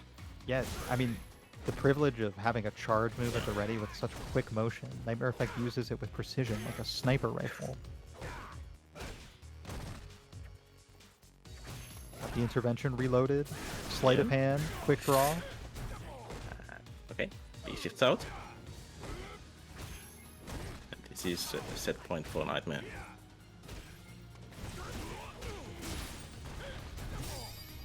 He shifts out again. V-shift mostly uncontested the whole time here. Crouch Fierce could maybe use the slow-mo effect of V-shift to cancel in something else. Ooh, and But they're that's gonna find a be kill. Yep. All meterless too. Power of getting a good Aegis activation keeps Crouch Fierce in contention to keep this set going. Both players with 2 bars is going to be explosive in the start here. Whoever lands the first big hit is going to have a huge advantage moving forward. The big hit could have been the overhead, but Crouch Fierce blocks it, punishes, and creates some offense of their own. Crouch is trying to shake the hand, but no dice. Yeah. So yeah, we are getting. Okay, that was a bit of a whiff. I think Nightmare Effect assumed Yeah. a quick rise meaty, but Crouch Fierce Yep. back rise even in the corner. Now we're in the corner. Yeah. V-shifting into the mirror Yeah. seems to be where Nightmare Effect is finding their safety. Just being stuck in block stun against the mirror means that Urian cannot throw you. Crouch Fierce is going to have to find some way to move Effect off of the mirror, and found it. Found a Wow. counter hit as well. Going to get corner carry here. The throw Yeah. could kill, and it does! And this is gonna be it. Yeah. That was the last mirror. The last mirror that Nightmare Effect didn't reshift. He thought he could deal with the mix-up. Turns out he didn't. Only dealt with it a couple times, but it's the last one of the set that feels like it matters most. Just know in your head, Nightmare Effect, that may have been when you lost, but all in all, Yep. it's not why you lost. It's only one moment. Tons of little things we can optimize and change in our play and our approach to matchups as we continue learning sure. this new meta and new matchups on the way with it. Some new matchups, new player matchups to consider as well. The next one coming up is Sevens versus Mylin, who we know as a Poison today, as well as a Laura on most days. Could probably call them a co-main now between those two women. And I don't recall who Sevens picks, but I feel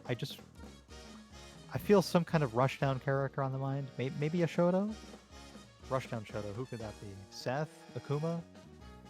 Ryu, I guess? We'll see. It'll all be determined soon. Oh, how far have we fallen if Seth is a solo? Well, he can be. I think he can be if you play against the Shoto. Then you Yeah, then you just have gotta- 2 6. oh, absorb that Hadoken. You know, if you steal Ryu's fireball and you get Yeah. one, you are now a Shoto. I believe it's only Ryu that Seth takes a fireball from, right? Yeah, pretty sure. I think for Ken it's the DP. Yeah. Yep. What is it? What is it for Akuma? I think forget. it's Heavy Tatsu. Oh yeah, Heavy Tatsu. Yeah. Excellent combo ender for stun and positioning and corner. You know, as we imagine who Sevens may play, the suspense continues to rise in the room. Tension builds. Mylan has been here waiting for their date. Sevens arrives as Ken. Hey, it is the Oh. Rushdown Shoto. Nice. Yeah. Yeah, always been the distinctive Rushdown flavored Shotokan art representative. Ken, in this game in particular, especially explosive with a visual flair on top of those V-Trigger 1 combos. Character doing multiple DPs in a row, whether it's a super move or his own combos. It's very beautiful to see. We see it regularly here on Casa, thanks to players like Diego and Sevens. And what exactly we see this week may be a little bit different given Ken's changes. I think his V skill 2 has gotten a Yep. little bit more popular, but still it's 1-1 classic Ken loadout for Sevens going into this one. And who doesn't want a run kick and overhead mix-ups going against Poison, who has no invincible reversal, and you might want some help contesting with her in long range neutral. Well, the run and step jumping kick in. will help you do it. Jumping in is a more classic Yeah. way of dealing with it, though, and it has its merits. It leads to the most damage. But the last matchup we saw, Mylan was pretty comfortable in the corner. And that's still needed now. Okay, that's good. And Good end. Apply- Oh no. Yeah, avoiding the corner situation that would have happened. Applying pressure, DPs out, and DPs in combo. Mylin almost against the other wall. A back throw changes everything, though. Mylin now in Yeah. the driver's seat. Oh no. How many times have we seen applying pressure do crouch leg kick, stand leg kick, DP? Finding ways to counter hit any normal. Was checking dashes with it on And reaction. again. Getting in. Delayed confirm into DP, too. Everything is on point right now for applying pressure. Commanding so much respect that a run into throw works. Applying pressure seriously, living by their namesake right now. Yeah. EX Tatsu. Even knowing when to run in a block. Loses all the gray life. It's a forward throw, though, from Mylin, so Okay. pressure He gets shifts to keep out. the corner Yeah. situation. Try to stand around that timer, right? A great zone to stand to keep the opponent cornered and keep yourself invulnerable. Ooh, gets Jump in, anti-hit though. And again. and everything No. changes now. Mylan does have a super. Can only Probably spend doesn't 2 need bars. it though. Yeah. Yeah, I love this combo in particular. Characters who can spend 2-bar combos and have it be worth it always stand out in the meta as uniquely flexible. Squeezing out kills and staying in the next round in the process. Doing good work. And the EX Tatsu again. Seems to be the moneymaker for applying pressure at the moment. Yeah, that and very unpredictable methods of moving forward. It's not always dashing. Sometimes there's a stutter step mixed in with the walk. Overhead What's the barely thunder kick gets though? blocked. Okay, that's... Oh! What? What's it? What? What game are you building meter for? It would have been over. Meaty light DP, accidental from Ken. Didn't look like there was any way to convert off of that one, but I myself might have tried EX DP for the comedy and the chance to get full punished by Poison once she eventually got up. And so in this circumstance, perhaps Mylin was very surprised to see Ken come out. Ken has always had strong anti-zoning tools, whether it's V-Trigger Heavy Tatsu having a huge hitbox and advancing him across the screen, wicked fast, potentially for a combo if it hits in a certain way. Yep. EX Air Tatsu as a functional dive kick that he can get big damage off of on hit while changing his timing for anti-air. Yeah. All those things really overwhelming for Poison, no doubt. And so Laura comes out to try and help Mylin contest in the scrambles in close range, where both of these characters like to stay. 3-bar V triggers on the both of them. This round will be played ideally a little bit slower at the start, but eventually someone's going to explode. And it looks like Violin's clothes have already exploded, bringing out bathing suit Laura. It looks pretty cold in this training stage, but Laura doesn't mind. She's hot-blooded, just as the players intend to play, as Ken's theme blasts in the background. The riffs are beginning. Let's see it. Applying pressure is content in just throwing fireballs. Okay, the exit. Well, it goes for wake up TP. Yep. Project on Unity. Okay, interesting. Empty low. Oh, Applying Miley pressure, needs to put get himself out of tick throw range with that crouch light kick. Accidentally hit with it. Didn't mean to. yeah. Wait, confirm. But get ooh, yep. Applying Oh, pressure, go on showing it. such strong matchup knowledge, knowing to Yep. swing with lows, reaching under the thunderclaps preemptively, and finding ways to instantly destroy Yep. them by making contact with Laura. Even stole her meter with the V-reversal timing choice. Applying pressure looking masterful defensively in this matchup, Yep. even without a 3-frame normal. I mean, we haven't even seen 3-frame Tatsu yet, but that could be a reversal in some situations. Keep an eye out. Yeah. 3-frame And DP as well. yeah. Applying pressure. Okay. This is gonna be a punish. Gonna be good damage, yep. Yeah, it is critically Yeah. important that the Ken players in particular are always actually confirming their low medium Yeah. kick, because he really leaves himself especially punishable. Now in the corner. don't Applying stop. pressure. Ooh, and crush counter. And then, Yep. okay, that's good. Doesn't get confirmed though. Yeah. Yep, that's it. Regular throw all the way from Mylin, keeping Yeah. it as safe as possible. I didn't need anything too big or risky to secure around there, and if a command grab were to get dodged, I mean, we saw applying pressure jumping Yep. twice there for good reason. Ken might have been able to mount a kill sequence on 2 touches. Applying pressure. Is willing to stay put. Doesn't want to go to the air.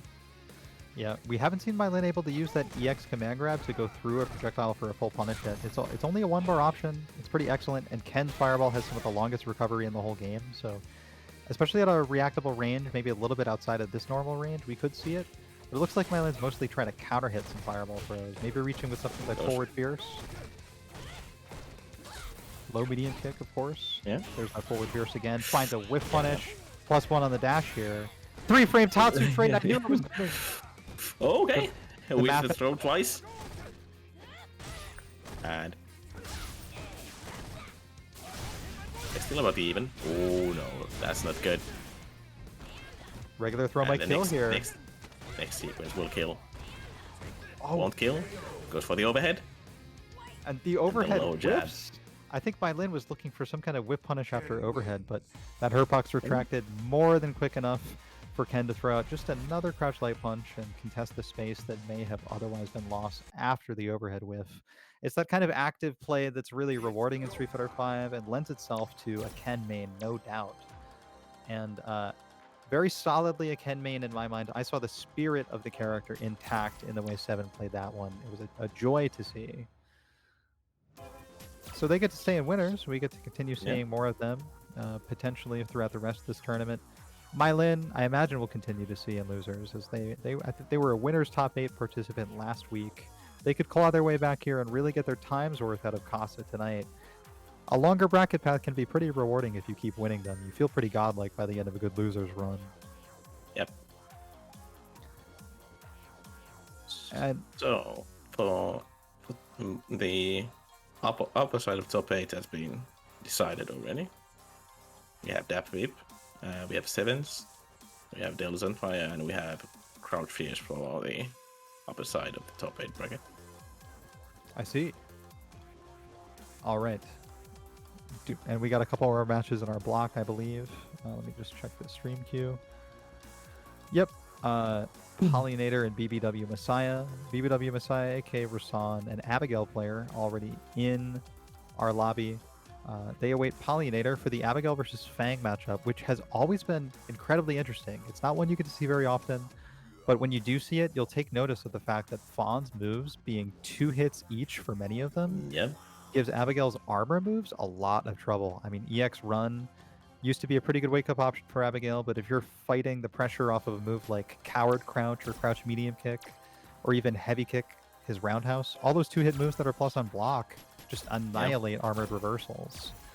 And so even Abigail's V-Trigger 2 may struggle against it if it's particularly while it's traveling that it only has one hit of armor. So who knows what could happen. It's all really fun, those armor situations that leave both players wondering what to do next. Don't hesitate. Act first. Sometimes you discover trade combos that way. Looks like instead we are going to have NYC Farby.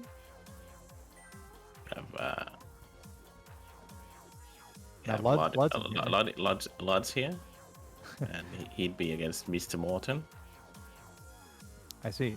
But and on the other side we have Pollinator versus BBW Messiah.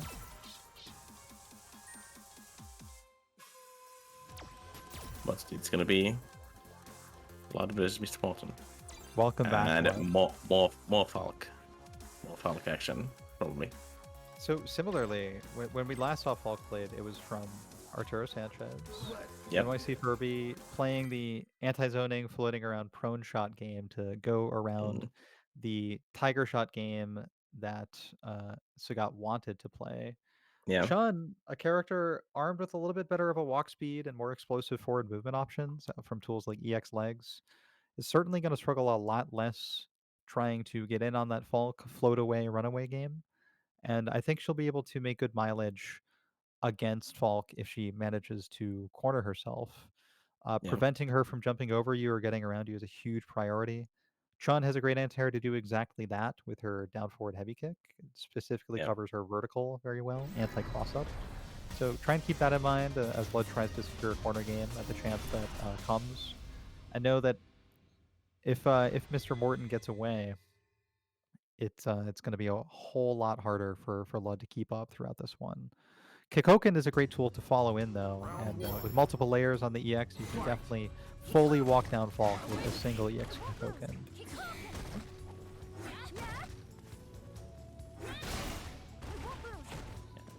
Fine, kind of saved Mr. Morton there. Lud thinks with the aggressive choice, not just anti-airing after the stomp makes contact into the float, instead switching sides.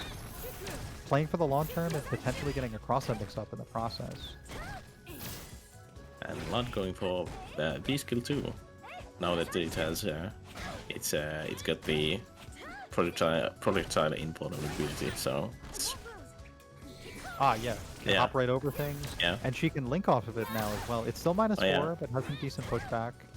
Gotta keep your 4-frame punish on deck. I know Falk's light kick, light forward. Yeah. And Mr. Morton going for V-Trigger 2. Sabin did play V-Trigger 1 instead, but... That's true, that's true. Nice to have the that's gonna be a goal. Oh, okay. And then a punishable hit with Super. Such an unfortunate situation for Lud. They probably thought they were reacting with the best possible invincible option. But I was actually expecting the flip to go over, but I wasn't expecting that kind of interaction. I was expecting the flip to just go clean over. Flip going over and the partial hit of Super turn out to lead to the same circumstance where Morton gets to take round 1. So interesting either way. And so we get to return to the would have been neutral game, but Lud gets to walk right in on a single air projectile. I mean, you really get to see the advantage a good walk speed gives you in this matchup. Lud staying in.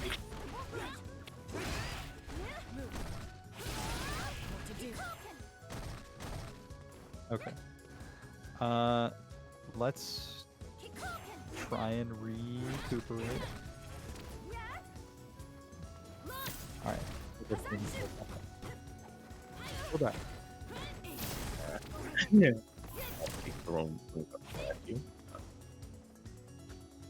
Well, in the meantime, we return at a pretty interesting point of the round.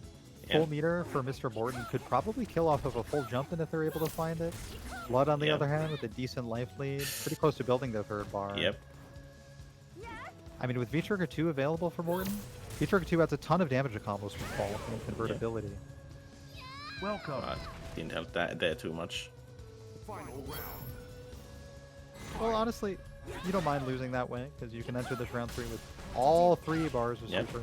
That could mean a reversal for when you need it. There's just a couple tools I think you might be able to react to and EX Psycho Upper against.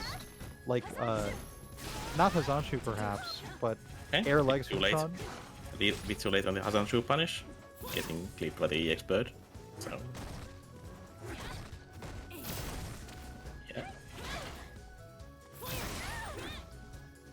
Morton's still buffering Yeah. off of those. Falk uniquely has some of the most hit confirmable normals in the game thanks to the one button specials. If you're looking for Yeah. things like EX leg picks-ups.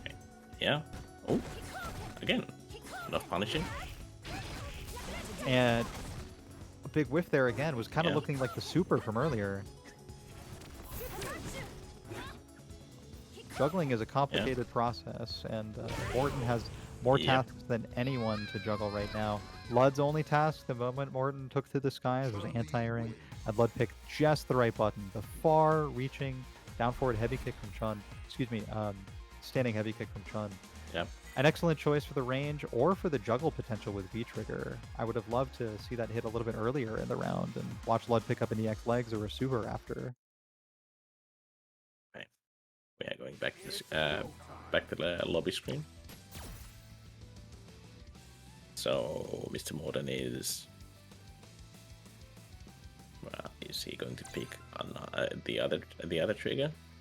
The issue with V trigger 2, I mean it is a good trigger, but you can't just kind of pop it because it's massive. It whiffs quite a bit, and it's what is it? Is minus 32 unblock, Yeah, something like that. although Falk players do have a bit of an Yeah, easier time activating it yeah, now that yeah, if the opponent is near V skill, they can hit and activate their V skill orb with V Trigger 2's activation, and it's actually a yeah. plus on block activation. But we didn't see much in the ways of that setup, so I assume we're going to see a trigger switch if anything. No, full character Yeah. switch. Okay. It's skill 1, trigger 1 Seth coming in. Got the Tandon engine at the ready. We're gonna see what is it? We're gonna see what move is stolen. Does anyone know? Is it lightning legs? I'd assume so.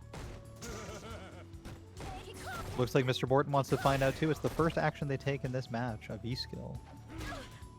Yeah. Crush counter. The rest of the action is a Yeah, charming and it's- combo video, very optimal. Gets the axe kick, and oh no. Definitely a punish there. Yeah. Free-frame choice from Chun. Always combos. And that's gonna be that. We're frame trapping with down forward heavy kick and crush counter comboing with it all throughout the round, perfectly spacing it and perfectly maximizing the pain Mr. Bort was feeling in such a short amount of time. And you see. Okay, we are finally getting to see what the move was. Okay, Not this time. Yeah, A not this punishable time. target combo first. and they actually made it more punishable this season. Okay, it was lightning legs. Usually the V skill specials that set skills can be Yeah. canceled into other things too. So I do wonder what kind of optimization we might be able to see from that. Yep. First, we get a chance to see trigger 1. Always nice to be able to Yeah. switch sides in the middle of the combo, but Morton jumps himself right back in the corner. And Yeah, Chun has that's good. great ways Yeah. to convert into big damage, and specifically the corner. Kikoken into EX legs is chief among them. Yep. One of the most important optimizations for Chun players to make to maximize the damage and torment of being in the corner against her. So that's Yeah. a 2-0 for Lud, and a quick one at that. We made a lot of speculation as to like trigger choices Welcome. for Falk. Yeah. We also saw Lud walk under a lot of Falk's regular air shots.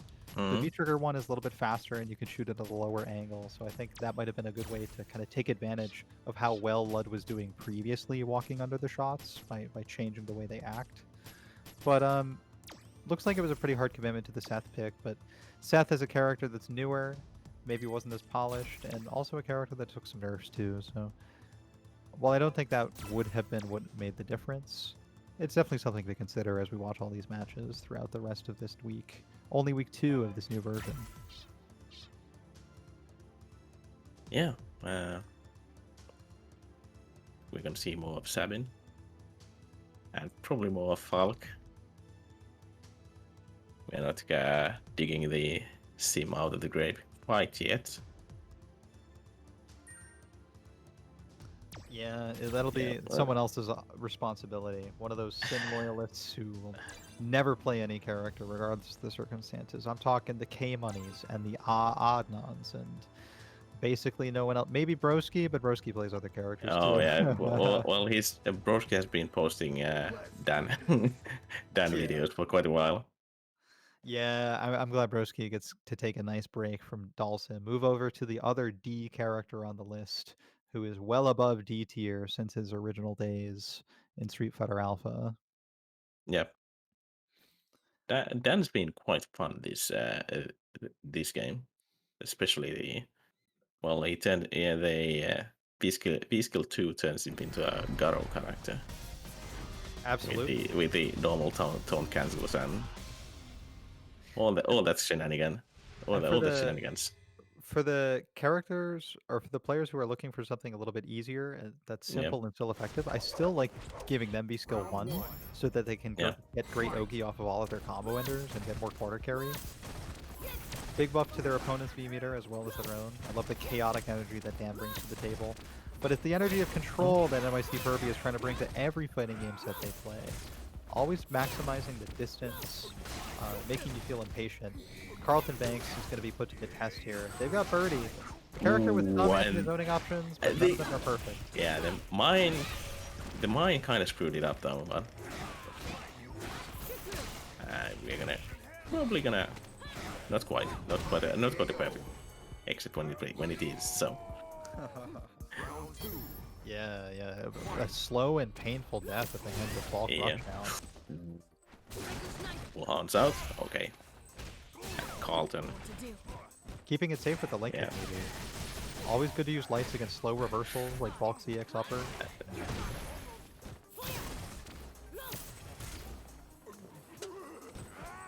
And in all the time that NYC Furby spends floating, Carlton Banks has found a couple of times to bring out V-Skill can.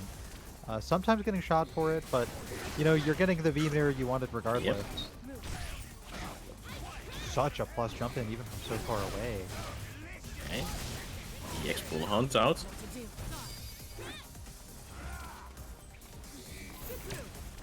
And Carlton Banks looking to play this one from far away for now. I mean, doesn't have much of a life lead to sit on. And that ball gets ever closer.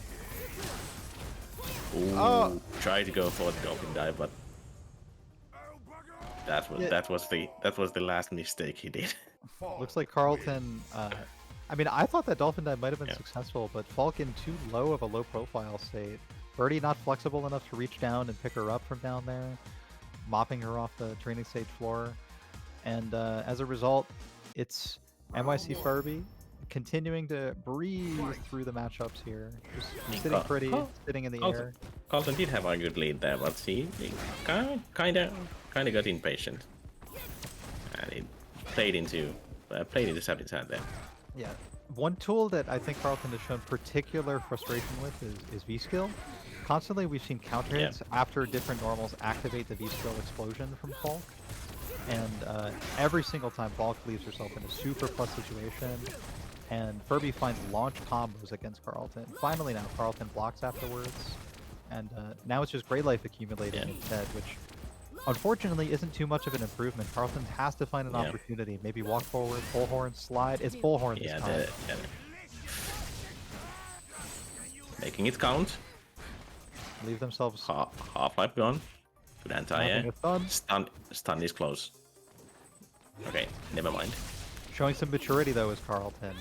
Not needing or relying on stun. Can definitely find a one-bar kill combo regardless. Especially with a full jump in. Could be command grab now too. And we all knew it. Tried to go for it, and could be command grab. Not necessarily my suggestion, just my observation. NYC Furby absorbed it too, and knows exactly how much damage could have come from a Birdie EX grab. It would have been the first one in the set. Instead, it never happened. We still await a Birdie command grab now as Furby approaches set point. Yeah. Well, if we can tell that a command grab coming, then probably a far better player definitely knows there's one coming. Certainly. just seemed like such a good time. And look at Furby, able to cause enough block stun to even keep themselves safe against whatever comes next from Birdie's camp, reaching right over. Okay, activation.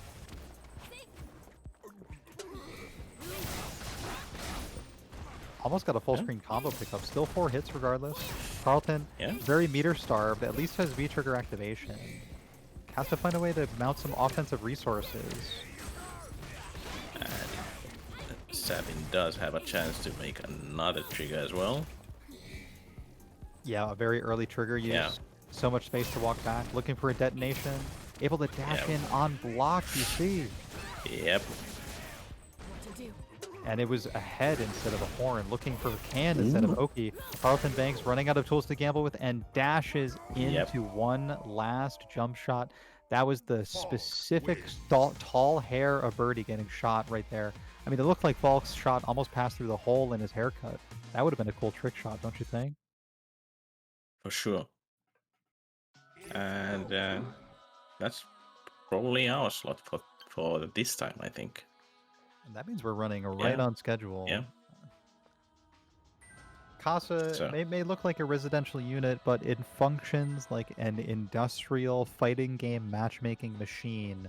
Whether you're a commentator commentating specifically 2-hour blocks or a player joining our tournament tonight, you can expect things to run on schedule, which is why, as we commentators do, we're signing off on schedule, so I assume. I've been Monkey Business. I've had a delightful time introducing you all to Casa this week, trying to form the narratives of our players that our next set of commentators will pick up on and then finish off to their dramatic conclusions. Yeah, and I'm Frame, and it's been a really fun time seeing what's happening there across the pond. Hopefully, we're gonna see again sometime soon-ish. And that's it for me for tonight. Yeah. Blessing, by the way, to commentate all the way across the pond to Finland. My first time being joined by a Finnish commentator personally, and I hope you're able to tune in at whatever time it may be. By the time this Casa ends, what'll be like 8 in the morning for you? Who knows? It's 5 a.m. at the moment, so it's probably something like that. Yeah. Let's shoot for 7 if it's 2-hour 7. block we're going for. Well, we'll see how it goes. We'll see. Yeah. All right. Let's just jump out of this tournament, see who else pops up in the commentary block. Thanks for watching, everybody. Yeah. Peace. Thanks.